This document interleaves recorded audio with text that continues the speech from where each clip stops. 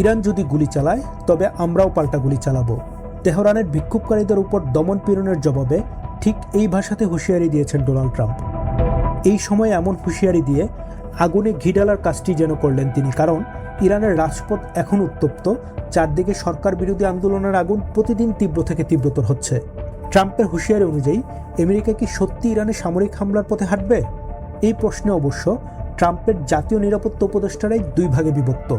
একদল মনে করছেন এখনই সামরিক হামলা চালানোর মোক্ষম সময়, অন্য দল সাবধান করে বলছেন এখন হামলা চালালে ইরানের জনগণের যে আন্দোলন, ওই আন্দোলনের মূল লক্ষ্যই হয়তো ভেস্তে যেতে পারে।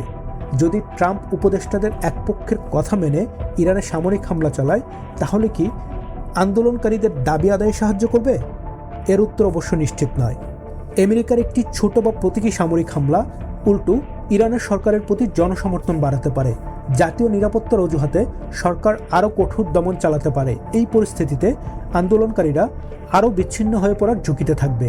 অন্যদিকে একটি বড় ও কার্যকর হামলা সরকারের দমন ক্ষমতা কমাতে পারে।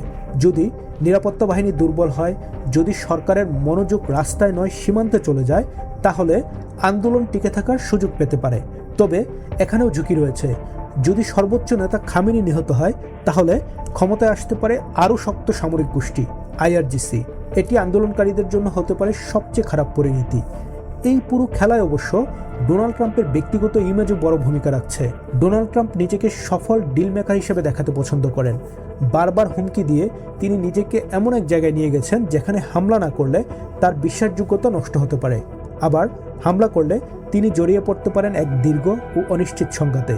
এই কারণে ট্রাম্পের অনেক উপদেষ্টা সামরিক হামলার পরিবর্তে অসামরিক পদক্ষেপের কথা বলছেন, যেমন সাইবার আক্রমণ, অর্থনৈতিক নিষেধাজ্ঞা এবং আন্দোলনকারীদের যোগাযোগ ব্যবস্থায় সহায়তা করা।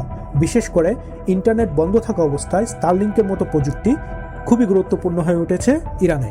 দিন শেষে ইরানের ভাগ্য আসলে নির্ধারিত হবে ইরানের মাটিতেই, কোনো বিদেশি হামলা নয়, বরং ইরানের প্রতিটি গলি আর রাজপথের লড়াই বলে দেবে এই শাসনের শেষ কোথায়।